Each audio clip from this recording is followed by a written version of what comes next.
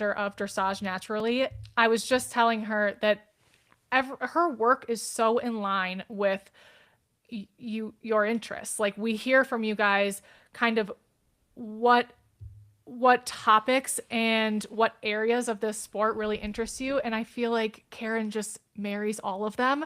I'll give her a brief introduction and then we'll hear more about her story. But I know that she will underplay her resume if I don't do a bit of it myself. So Karen is a Grand Prix dressage rider and internationally recognized clinician. She's an author, educator, and the host of the Dressage Naturally podcast, which you should definitely check out if you haven't, because we know if you're listening to this, you're a podcast lover, and Karen has an incredible show. So that's called Dressage Naturally.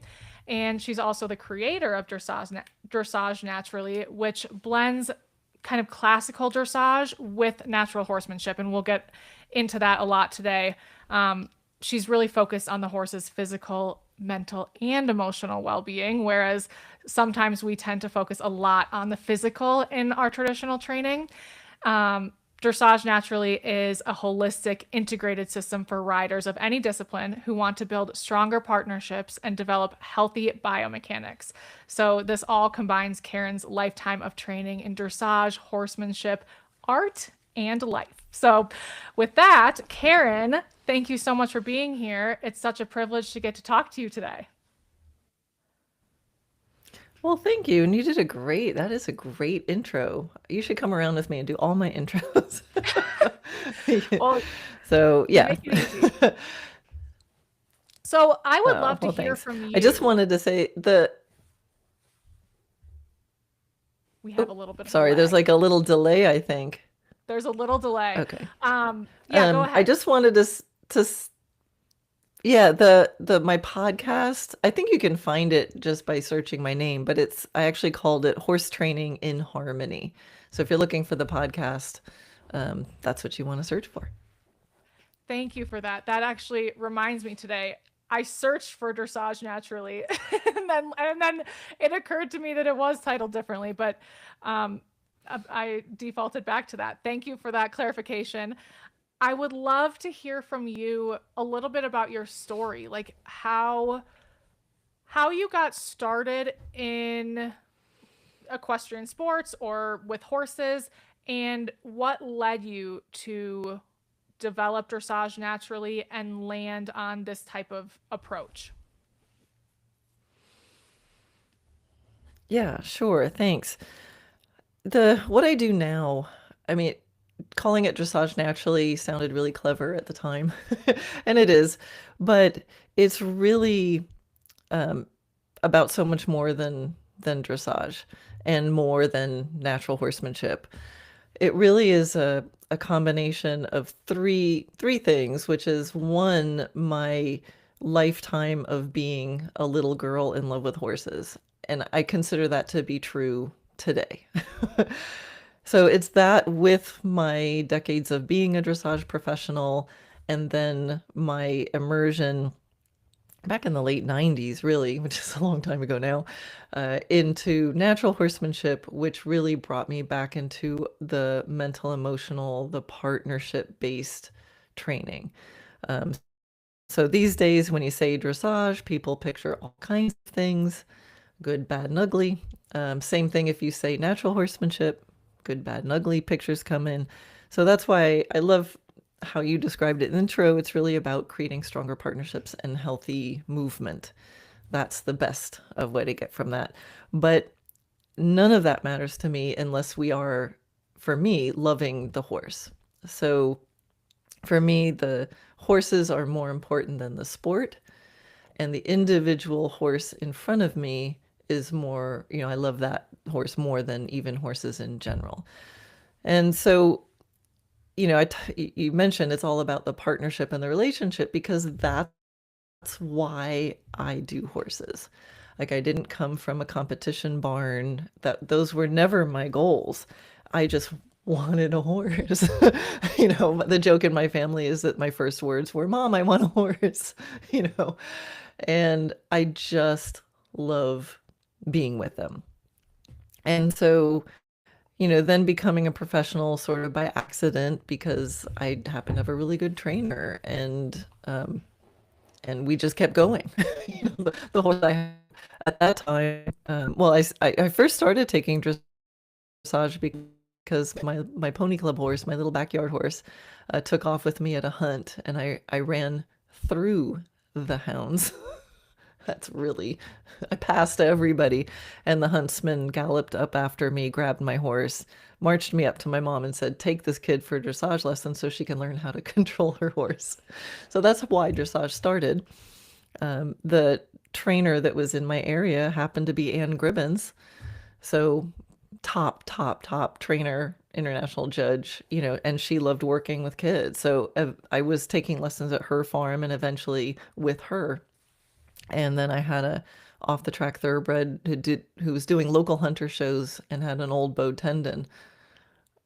But he just kept learning everything in dressage. So that's the horse that, I competed, did the young riders 4 times.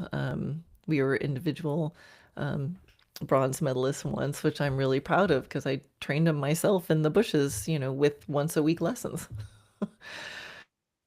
And then I didn't mean to be a professional. I was going to go on and do medical illustration, actually. Got my bachelor's in biology and loved art. But people kept paying me to ride and train their horses. So I just kept doing that. And yeah, and then competing and training and going that whole route. And then just at one point, mostly because of a horse that was burned out and used up and willed to me. And so I ended up with this horse. And in the process of sort of figuring out how to turn his lights back on, that's the horse that I started doing natural horsemanship with. And it not only turned his lights back on, but I started having a different relationship with him, much more similar to how I had the relationships with my horses when I was a kid and when I was young. And so that just, the horse lit up. He started performing better. I was having the relationship that I wanted and riding around bareback and bridleless. And I'm like, this is why I do horses. This is the fun part. And so it felt so good in my soul. And the horse was performing better. So I'm like, I need to know more. And that's when I left the facility that I was training at and just said, a little information is more dangerous than none. So I needed more information and went off and joined the circus. Ran off and just immersed in natural horsemanship for a while and got what I feel like is I wanted to extract all the missing pieces that I didn't have as a dressage trainer. And so then there I was, this is a long story short, but I was sitting there with these two perspectives, all the physical expertise I had to develop a horse gymnastically. And then I had all this education now to do work with horses at liberty and bridleless. And, this is, like I said, it's back in the late 90s, early 2000s. And these two camps did not talk to each other. The natural horsemanship world and the dressage world, it's much more unified now. But back then, I mean, I was really a unicorn because the natural horsemanship people thought that all dressage people were mean and gross and forcing things. And the dressage people thought natural horsemanship people were just silly and didn't really ride. And I'm sitting here going, you guys, don't you see the parts that each one of you don't have? The natural horsemanship people couldn't see that it's not always a mental emotional problem. Sometimes the horse is not balanced, and that's why it's not working. And the dressage people, I'm like, guys, can't you see it's not about putting the horse in a frame? If you get the horse to want to do it and understand how to do it, they will put themselves in the posture that you're working really hard to try to create with all aids. So that's kind of the nutshell trajectory that landed me where I am now. That is such a beautiful story. And I love the part where your work with that horse who needed his lights turned back on or needed to kind of have that spark reignited, that reminded you of how you felt with horses as a child, because that's something that I think a lot of horse people can relate to if they started at a young age. Just that like inherent love of playing with these animals and being friends with our horses. And sometimes we do get pulled away from that as we move into either competitive riding or adulthood or whatever it is. But how cool that you listened to yourself and followed your curiosity and what felt right to you. And it really does make so much sense when you describe why these two disciplines don't need to be distinct, and why, I mean, everyone's kind of better and the horses can be better if they're married. And that's what you've really done. It does make so much sense when you describe it, and yet somebody needs to be kind of the pioneer there to show people that the way that we're doing things isn't always the most evolved or most effective or most enjoyable way. So very cool. And on that note, I know you have a happy athlete training scale of your own, which I love. And I'm going to pull it up for anybody watching the video. I'll pull up the training scale. And if you're just listening, you can picture kind of like the training pyramids that a lot of us are familiar with. And the bottom is happiness, followed by harmony, then communication, then biomechanics, and at the top is sport. So, Karen, I would love for you to first tell us what inspired this pyramid, and then we can kind of dive into the different levels. Yeah, absolutely. I love this. I love this pyramid. Well, I made it, so I love it. But what struck me is now from this perspective where I can see the bigger picture, the more holistic view on the map. And, I know what it's like to be in the sport world and feel like the sport is the most important thing. And then I also know what it's like to be in cultures and communities where the happiness is just the most important thing. So I found myself on a daily basis going out with my horses and thinking, okay, I'm a professional. I have to teach people this. How do I prioritize? How do I know on any day, if I have all this holistic knowledge, like which is the most important thing? And when do I know, okay, I have this, it's okay to now focus on something else?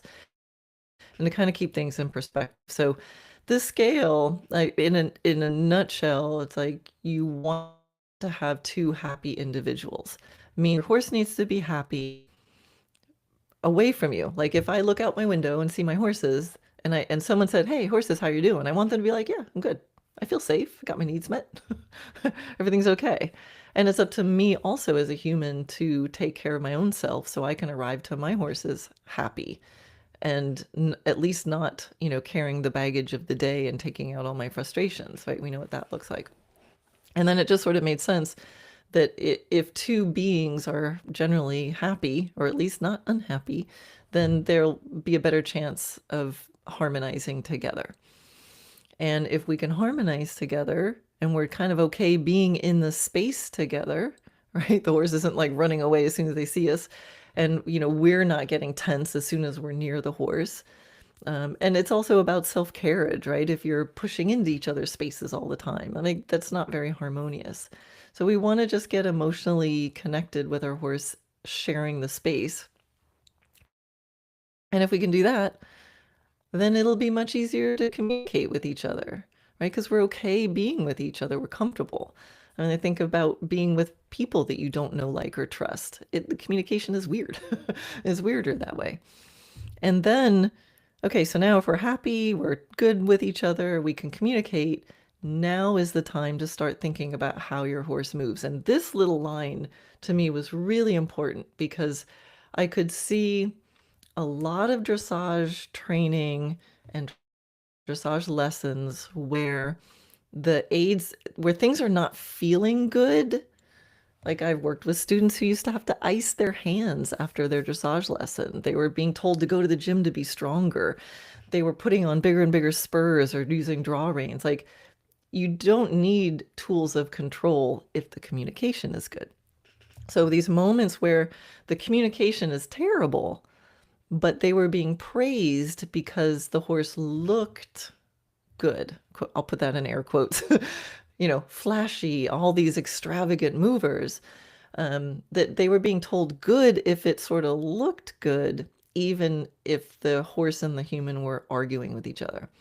And what I've found in working with horses at liberty and bridleless, where you really have to get the communication good because you really don't have any control, that I remember playing with my horse Monty, in the early days of learning natural horsemanship. And I remember the first time I had him cantering at liberty on a circle around me, and where he really hooked on. And the moment he hooked on, meaning he decided to stay on that circle, his posture and biomechanics improved so much because he organized his own body to get it done. And so I just really thought, like, if we have to have the communication good, because who cares what your horse looks like if he's trying to like run you through the fence or out of the arena. So it just made a lot of logical sense. And then, the sport will go so much better if you have a horse who's moving in a relaxed, energized, balanced way, where you're physically connected with your horse. You just have sort of a nice horse who's supple, who's rhythmic, who's aligned. From there, you can do anything you want. And I also noticed, you can use this as a sort of diagnostic tool and as a strategy tool. What should you play with today? Well, the happiness is going to be the biggest priority.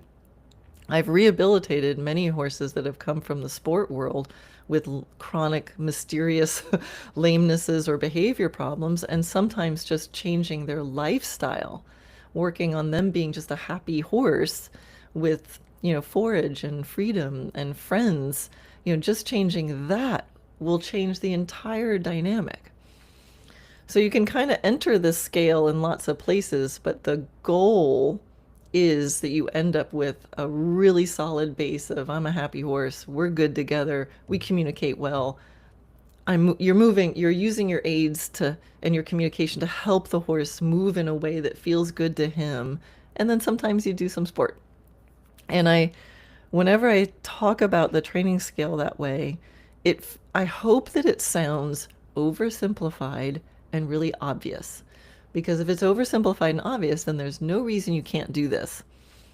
However, if you look to the sport world, there are so many horses who spend a lot of time. They have their whole base is focused around the sport, and there's a teeny tiny amount of time that they spend actually being anything resembling happy. Right? And so when you look at it that way, you're like, oh yeah, there's a lot of horses doing sport who spend almost no time being happy. In my world, I want to have horses that are spending a lot of time being happy and a little bit of time of their day is spent doing the sport.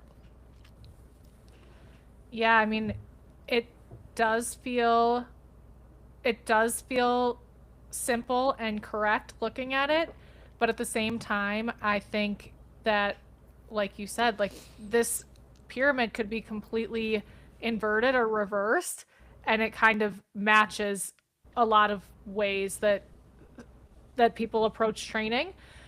I want to spend some time on the top two priorities for you, or at the bottom of the pyramid. So happiness and harmony. That's the first priority and the second priority in this Okay. scale. You mentioned some aspects of a horse's life that can bring out their happiness, things like friends and forage and freedom. For people who are listening saying, I'm not convinced that my horse is happy and he has turnout and he has forage and he has friends, what would you suggest, either in terms of kind of troubleshooting what might bring out this horse's happiness, or in terms of like exercises or activities that you could do with your horse that might bring out some happiness that they're lacking because maybe they're spending all their time in sport and things that aren't meant to make them happy? Mm-hmm. Yeah, I mean it's an interesting thing because every horse and situation is different, and not all of us have, rolling fields of a herd of horses who get along perfectly, and just the right best grass.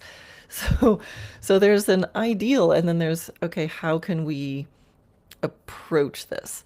So again, happiness also I think a good place to start is not unhappy, right? So healthy and things like that. And there's things you can change. So um, being able to look at how much choice your horse has can really have a big effect. And this is where you can get sort of curious and creative. So even if your horse doesn't have a ton of turnout, or maybe it's just a big square, you know, and there's one tree, you know, that he can look at, you know. So, well, a couple of things. One, you can use enrichment in some sort of way, like using novel objects, things that your horse likes. I once made a list of 69 things that my horses like. So you can start thinking about, well, what does my horse like? And can I spend some time doing that? Like, I have a horse who's injured right now. And I thought, well, what does she like? Because her life is pretty boring. Well, I have a little pond. And like, so I went over and I sat in the shade and let her splash in the pond. Like, that made her a little bit happy. So we can do things like that. And so noticing, I think making a list of things your horse likes is a great way to start making him happier, right? Give him more things that he likes. Looking for ways to give your horse choice. You don't, like in a turnout that has varied terrain and interesting things, they have choices. They're like, I'm going to stand under the tree. Now I'm going to go over there. Now I'm going to go over there. This is so important for their brains. But there's choices even beyond turnout. So many horses get led, they stand in a stall. Well, I'll talk about another horse that I got from the sport world who was on his way to being put down. And his life was standing in a stall. Then there was a sign in the barn that said all horses must be led with a chain over their noses. I'm sure that was for safety for some reason. So he went from the stall, chain over his nose, probably to the cross ties. So he stood in there being tied, went from there to the arena where he was ridden, back to the cross ties, back to the stall. And sometimes he got, I'll use air quotes again, turned out in a 40-foot by 40-foot space of sand, unless he started a trot and then he got put back in a stall. So think of the brain of that horse, how many choices he was able to make. Almost none. He could choose which direction he faced in the stall. Everything else was set to him. So even in that circumstance, if you groom your horse at liberty in the stall and let him decide where to stand when he's being groomed. If you go into the grooming area, maybe don't cross tie him. I've seen so many horses who are tense in the cross ties or checked out. And if you take them off the cross ties and let them make a choice, they'll often turn around and face the other direction because they never have gotten to look at the back of that space. Maybe they don't have to stand in the cross ties. Maybe they want to stand in the aisle. Maybe they want to go sniff some things. Maybe, maybe they want to stand on something a little bit different. Like you have a funny little mat that's sort of interesting. So I'm always looking at these in between moments that we don't often think about so much. But if you try to, and we're often doing things for efficiency and streamlinedness, and we like to have a pattern, and then we do the same thing because that's what works. But think of the horse's life. And so I'm always trying to give my horses opportunities to make choices, opportunities to see new and different things. And I'm keeping a mental list and sometimes a physical list of things that my horses like. So I can sprinkle those in just for fun, or to pay him back for some hard work, or just to make sure, he's happier. But when you're training a horse, you need them to have an ability to go, I don't know what that is. What are some other things I could do? Right? What is training except getting a horse to try different things? But if their brains don't have practice seeing a situation, trying something different, seeing how that works out, and making different decisions in a daily basis, then I really feel like training them is harder because their minds are not used to doing this. And I've seen so many horses become, in some ways, mentally ill. To see a horse who can't handle being turned out. A lot of these horses that come from the sport world, they're in a training facility like I described, and you turn them out, and after about a half hour they freak out and they want back in, and people think, oh, that means my horse doesn't like turnout. To me, that means they're mentally ill. They don't know how to be, and they feel scared and lost. So we've had to like wean horses through a process to have them okay with being turned out again and feeling safe in their world. Um, I got rambling. Have I answered your question? I could go on and on about this. You absolutely answered it, and you answered it with some really actionable suggestions, which I love because people can take this to the barn today and start considering their horse's experience and ways that they can find opportunities to give their horse choices that will be fulfilling for the horse and interesting for the horse.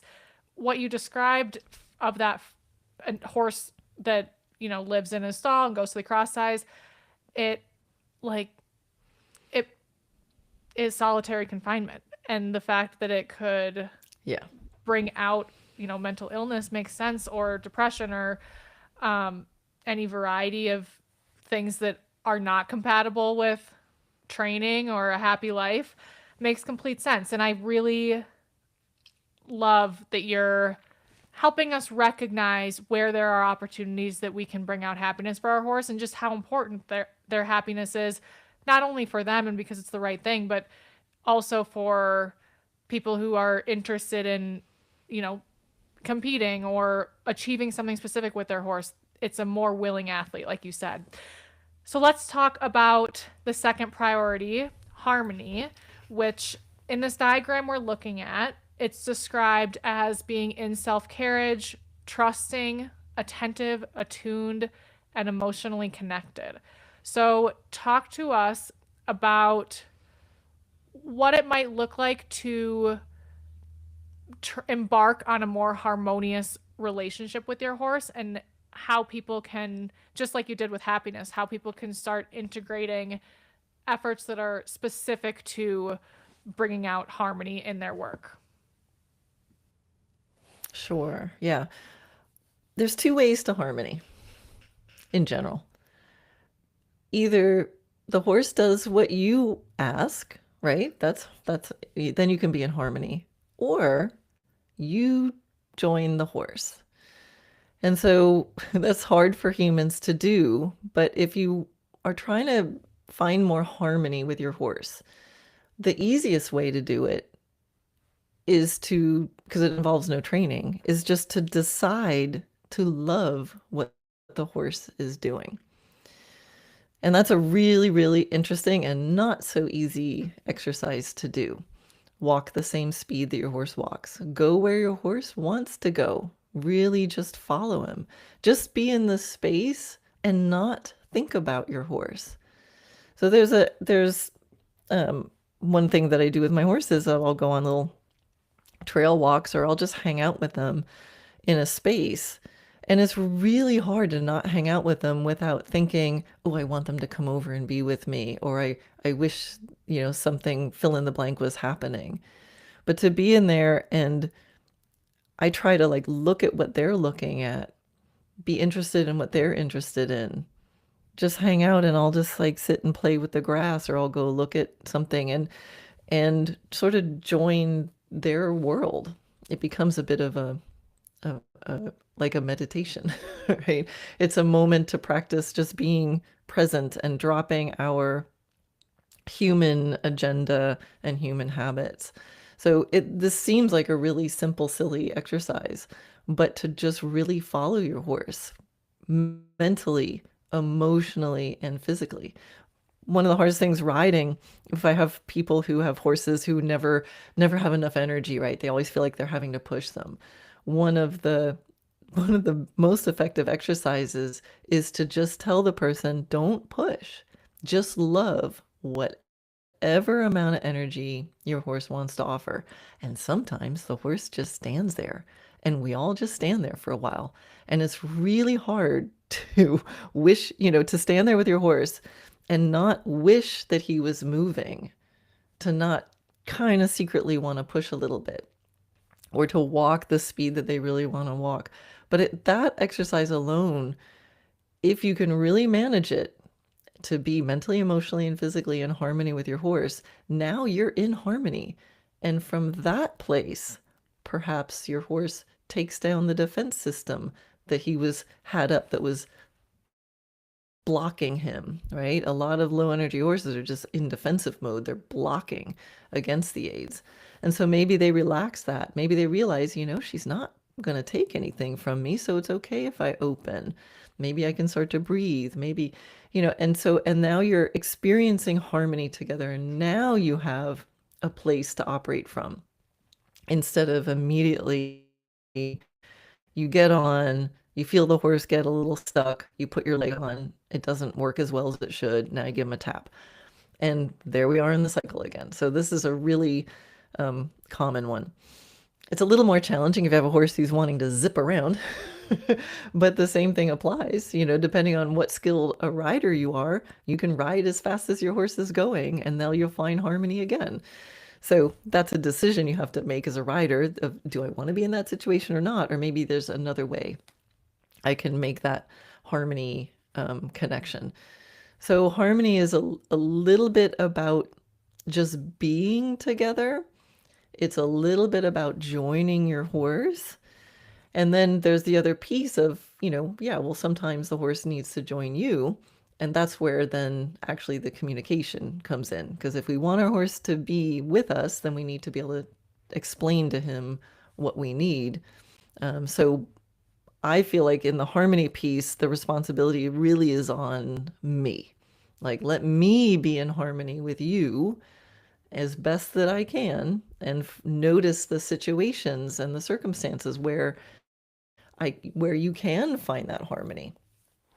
And then if we want to practice the other part of harmony, which is my horse comes with me, then I have to get really good at communication.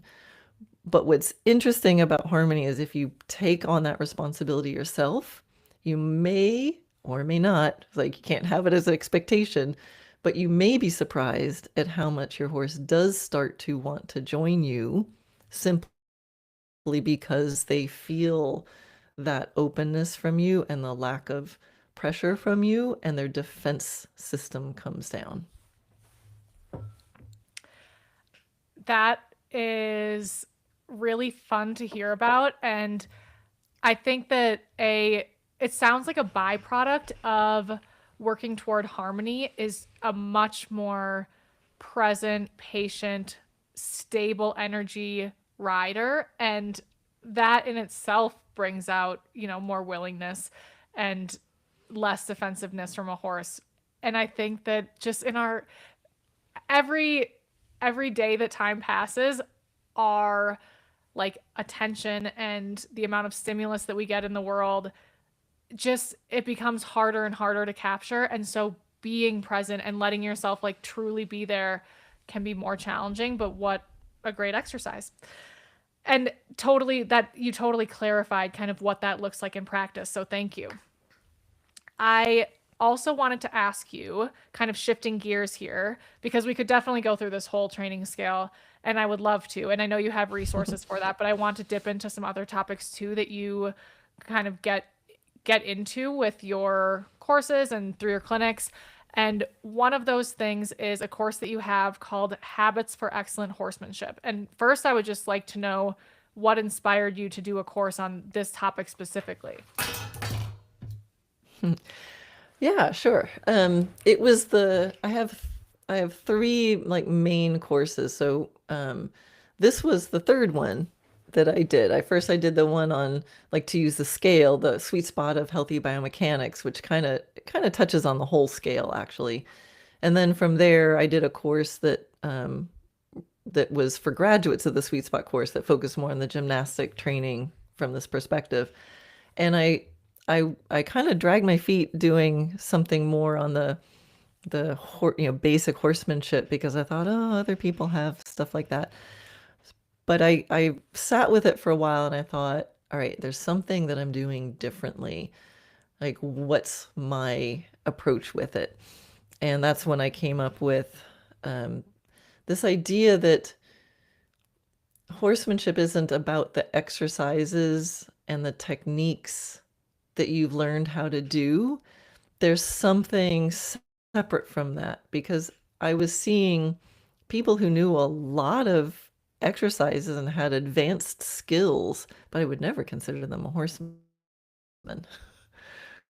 And then I saw people who didn't know anything, but I did consider them horsemen. And sometimes I ask myself, like, who would I want to take care of my horses if I went away? And it had nothing to do with like how many fancy exercises they had. So I kind of went with that and then thought, okay, let's dive into that. What are the pieces of the mindset? What are the habits of thinking and looking at things that would, to me, made a horseman? And then I was like, okay, here I've got these 9 that I came up with. And then I thought, how do you do those in the everyday, most boring in between moments that people often don't pay attention to? Because that's where the horsemanship comes in. You don't have to like go out to the arena and do horsemanship exercises. Like it's just a way of being and thinking with the horses. So then I got all excited because I'm like, ooh, that's different. I like to fill in missing pieces, right? I don't need to just put out something that's already out there. So I'm like, what's my special perspective that I can lend to the conversation? I love that, and I love how you make it really clear how you kind of do fill an empty space in terms of who you would love to care for your horse and how it's all the in between things that a person does and the different lenses that they might take in those moments that are oftentimes not intentional. Can you give us give us a little taste of an example of one of those habits, or if you prefer, maybe something like a challenge for people that they could take into this coming week that draws from something in that course? Oh my goodness. Okay, let's see. There's a bunch of the habits. So which one do I want to highlight? Um here's one. These are in no particular order, but it just happens to be the last one on the list, which is sense of humor. The horsemanship and life are lessons in lightness, and you can get serious results without being so serious all the time. And I don't know why I just picked that one, but I'm going to go with it because it's the one people, I always feel like when I talk about like happiness and lightness, people are like, oh yeah, Disney movie, it's all butterfly. Yeah, but I think the sense of humor, it sort of just speaks to what I was saying before with the happy athlete training scale. For me, like personal development and horsemanship are completely inseparable because however you show up is going to affect how you do everything. And this feeling of lightheartedness, right? So it's not sense of humor meaning you got to laugh at everything. It's just this lightheartedness, which I think is so important. And I think it's a challenge as a student because you want to do a good job. I say the students I meet, like they really care and they really want to do it right.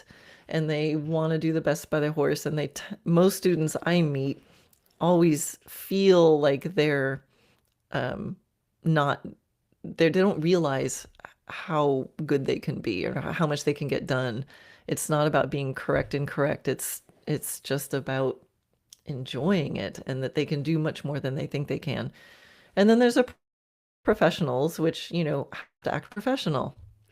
So you can't like giggle if you're a professional. And, I had gotten quite serious as a professional.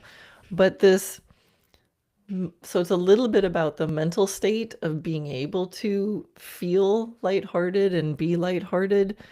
And it's a little bit about just freeing yourself from the paralysis of perfectionism. And in my community, we have a language. So because in one of my courses, people can do video coaching or send in a video. And a lot of people are like, I don't want to send in the video because it's not good enough. I'm like, no, you send us the video when it isn't working. That's what we want to see. And so when we are learning an exercise, when it's not working, I'll call it, oh, this is the artist's rendition of a leg yield. We have this like secret code, or like this is the movement soon to be known as half pass. And so we build that in, and it's just genuine. That's just what comes out of my mouth. But I realize like the people were just going, oh, like now it's like if I messed it up completely, like that's just an artist's rendition of that. And just that little thing where it makes you just laugh a little bit, you realize in the grand scheme of your whole life, is your horse not bending correctly in a half pass that important? And we can kind of keep it light and at the same time work really, diligently to see how we can improve. Like taking it lightheartedly doesn't mean you don't care and you don't want to be excellent at what you do. It just means, we can relax and I talked earlier about the horse that didn't want to go because his defenses were up. I think a lot of us humans have our defenses up, especially now in this climate when people are videoing and you're aware all those comments that you read on Facebook for the other person who wasn't doing really well and like, oh my God, she's really good and I'm not nearly as good. So you can just sort of hear the echoes of those comments, and we just need to take a little exhale and realize that it's just you and your horse, and you're trying to do your best. And if you love your horse and you can just take it lightly, you can take it lightly and still strive to be excellent. So that's just one of those habits for excellent horsemanship that I feel like if you can do that, then things will keep flowing. You have less chance of getting stuck and more chance of being able to think through it and go, huh, well, that didn't work. I wonder what else I could do. And now you're turning on curiosity instead of just thinking this is big and this is important and this is heavy and I stink at this and everybody hates me, and now you're going to go crawl in a hole. You're nodding. Yeah. I think we can all relate to that, right? Absolutely. That's not what we're going for. And your description of like referring to the leg yield as an artist rendition or soon to be known as half pass, I think listeners may have a shared experience with what I experienced when you said that, which is just like, what a relief. Like I felt the pressure melt away when you described that. And I imagined an instructor saying to that and kind of injecting some fun in the process. And that's really cool and not super common. It also reminded me that in learning more about you, I learned that you did all of the artwork for your book, Dressage Naturally, and it's stunning. You are a true artist, and it's very cool too that you have diagrams to represent some of these concepts that you're talking about, but the fact that you did the diagrams completely blew me away. And I'll use that as a kind of forced segue into the biomechanics conversation, which you mentioned your first two courses have some of that focus. And in this context, we're talking about biomechanics of the horse and posture of the horse. And I would love to give you kind of an open-ended question on that, or like high level, which is just what are we looking for in equine biomechanics? And it's especially when we think about dressage, there's so much discussion and controversy around what the horse's body position should be and certainly what the frame should be. And can you give us a little bit, just something to think about in terms of what we're looking for in a horse's biomechanics? Yeah, it's a big question, and I approach it kind of like earlier, like there's a part associated trust and balance and alignment and and lack of confusion, right? So if I take a horse, the first thing when I'm looking at is how he's moving, the first thing I'm looking at is there lack of understanding of aids? Is there like a conflict of aids? Are there aids being put on that aren't going anywhere? Is there a leg that's, so is there confusion? Is there fear? Is there lack of trust? Because if you think about like in your own posture, like if you imitate, being like scared and confused and someone's leaning on you, you know, that's not, exactly a nice posture. And if you think of a posture of like totally calm, totally confident, totally clear, you're gonna sit up a little bit differently. So when I first start affecting the biomechanics of the horse, I'm looking at a horse who's calm, who's not confused, who's trusting, and that already is going to get rid of some of the posture problems that we see in horses. So that's number one. And then from there, I have what I call the sweet spot protocol. So the sweet spot protocol is this number one, this idea that the basics of a horse in a good biomechanics are adjectives, like think of the adjectives you'd use to describe a horse moving well, like powerful, aligned, confident, swingy, you know, those things that should feel good to a horse, is my hypothesis. Like that should feel better to a horse than sticky, stabbing, uneven, rigid. Right? So I have this little hypothesis that there's a sweet spot that will feel relatively nice to the horse that he can agree on. And that place, he'll show me when he feels that, because he will do things like breathe more deeply and rhythmically. He will move more rhythmically. There'll be greater elasticity. Like there's going to be this place where he moves a little better than he did before. And how I get from wherever I am to that place is the dials I'm going to be turning are different energy levels, different degrees of relaxation, right? So I'm thinking about, what do I talk to my horse? If I have a happy little camper horse and I'm ready to think about biomechanics, what could I say to him? I might be telling him like, hey, chill, you're good, right? A little more relaxation. Or I might say a little more energy or a little less, right? Or I might say, hey, can you move your shoulder over here? It's a balance thing. So the conversations about relaxation, energy, and balance are like my primary colors. Think of an artist with a palette. You take yellow, red, and blue, you can make all the colors. So those are the primary colors, conversations, relaxation, energy, and balance. And so what do I do to find the sweet spot for that horse on that day? Because I've never met that horse on that day before.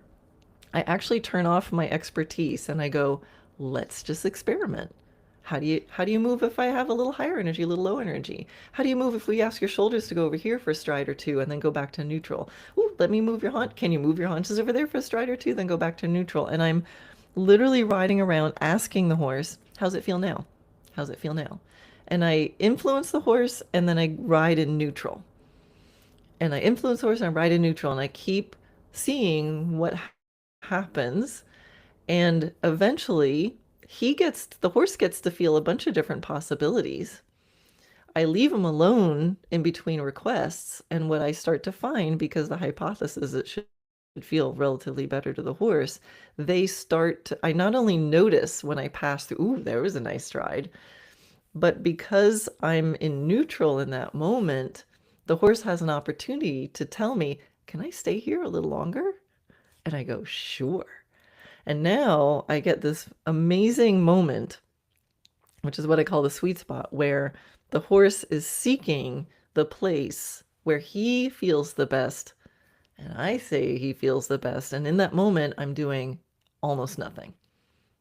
So I'm using the least amount of aids and I'm getting the biggest result. And so we both found it together because I listened to my horse and I did it through quality communication. And if I can't talk to him about different energy levels, then that's being for the day. Ooh, I need to be able to talk about a bigger range of energy. But once I have those primary colors on the palette and I can mix them around, a little of this, a little of that, and I'll try that. And at some point I go, ooh, that's nice.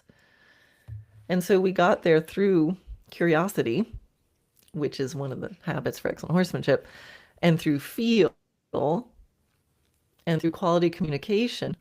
And so the place that we find there, and then no, my horse is showing to me because he relaxes over the top line, he blows out, he breathes, all the adjectives starting feeling better. But we got there together. And I found, I mean, this is how I ride my horses now, even with all my expertise. I'm still like searching, where do you need me to be, horse? Um, but that's one of the reasons why I knew I could teach this as an online course. And I made this course back in 2013. I knew I could do it because in my clinics, this is how I teach it. And so when I ask my students, is like, is your horse in the sweet spot? And they go, no. And I just go, change something.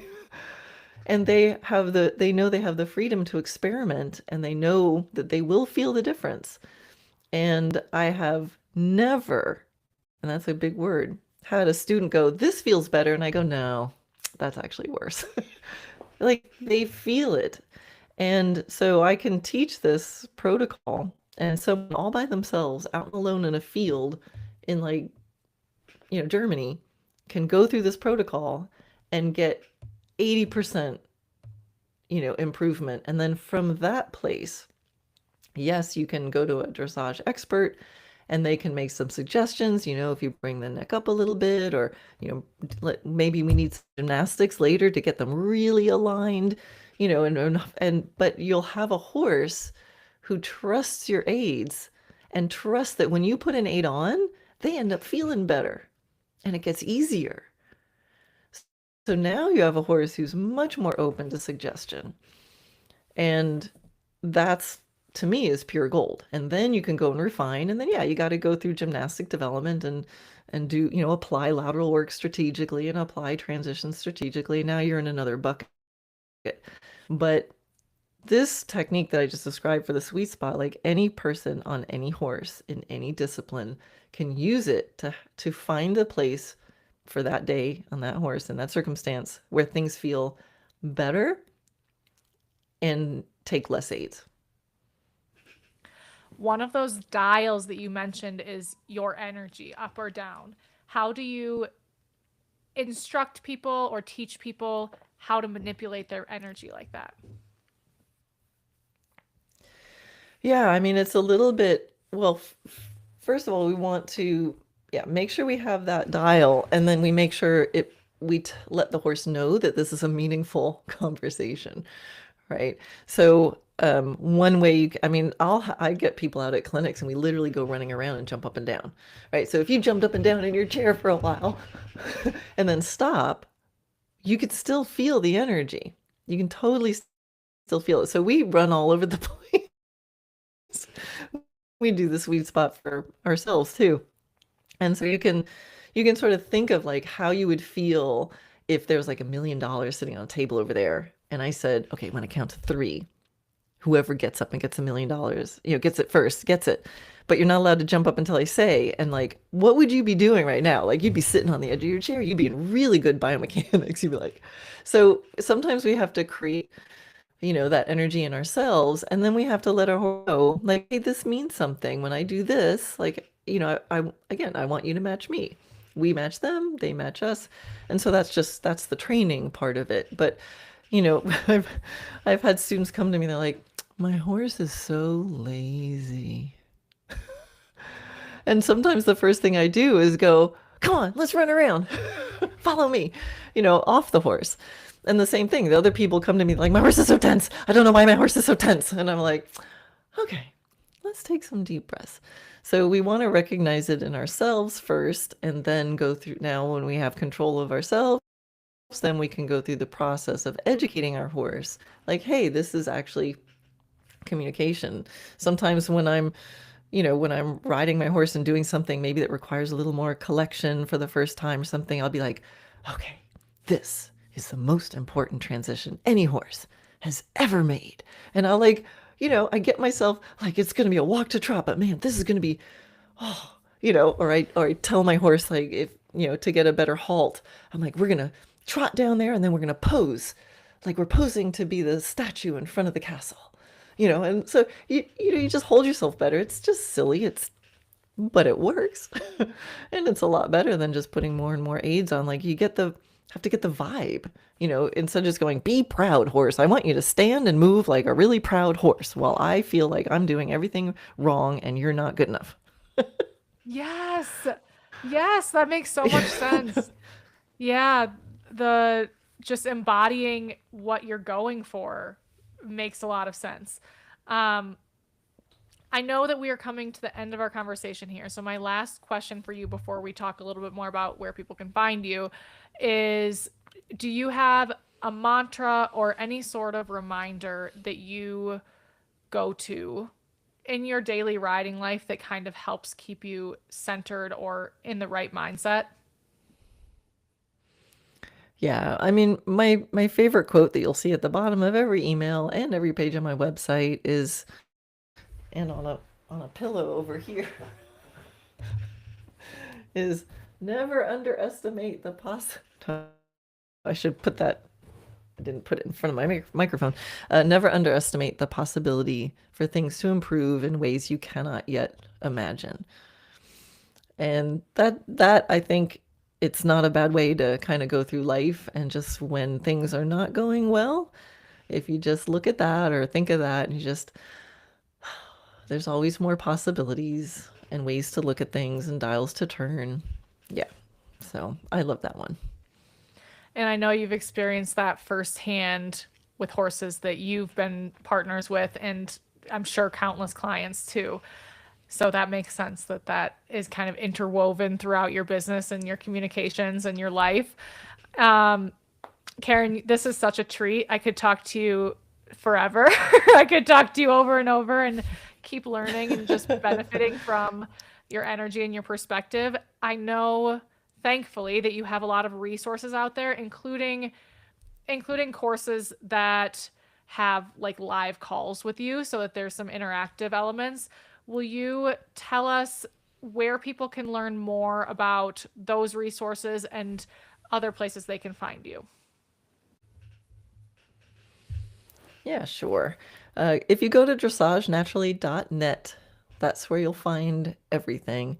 I'm very Googleable. Then if you, on that website, if you click the Learn tab at the top, that's where you'll get to the main online resources that I have.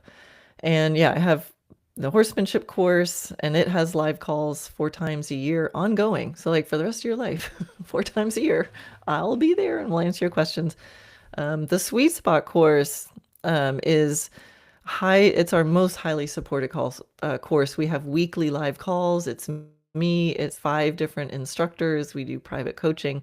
And actually, the timing is really good right now because we only open it twice a year, and it's been open now, and it closes on April 6th. So if anybody's curious about that, I would go straight to there. So on the dressagenaturally.net, click the Learn tab and look for the Sweet Spot course.